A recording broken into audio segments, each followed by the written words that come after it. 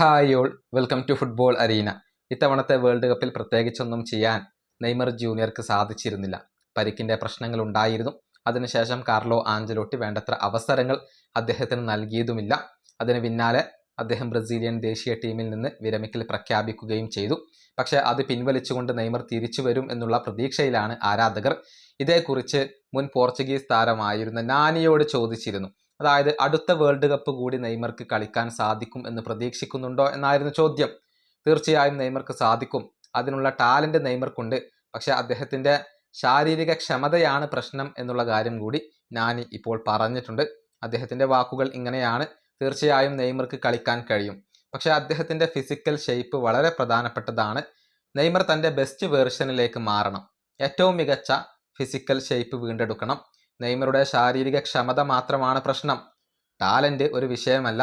പക്ഷേ സമീപകാലത്ത് ഒരുപാട് ഗുരുതരമായ പരിക്കുകൾ അദ്ദേഹത്തെ പിടികൂടി. പരിക്കിൻ്റെ പ്രശ്നങ്ങൾ എത്രത്തോളം ബുദ്ധിമുട്ടാണ് എന്നുള്ളത് എനിക്ക് നന്നായി അറിയാം. അതുകൊണ്ട് തന്നെ നന്നായി ഫോക്കസ് ചെയ്തിട്ടില്ലെങ്കിൽ തിരിച്ചു വരിക എന്നുള്ളത് ബുദ്ധിമുട്ടായിരിക്കും. ഇതാണ് ഞാൻ പറഞ്ഞിട്ടുള്ളത്. നെയ്മർക്ക് അടുത്ത വേൾഡ് കപ്പ് കളിക്കാനുള്ള ടാലൻ്റ് ഉണ്ട്, അക്കാര്യത്തിൽ സംശയങ്ങളൊന്നുമില്ല. പക്ഷെ നെയ്മർ നന്നായി ഫോക്കസ് ചെയ്യണം. തൻ്റെ ശാരീരിക ക്ഷമത അത് നെയ്മർ തൻ്റെ ഏറ്റവും ബെസ്റ്റിലേക്ക് തിരിച്ചു കൊണ്ടുവരണം എന്നാണ് ഇപ്പോൾ നാനി വ്യക്തമാക്കിയിട്ടുള്ളത്.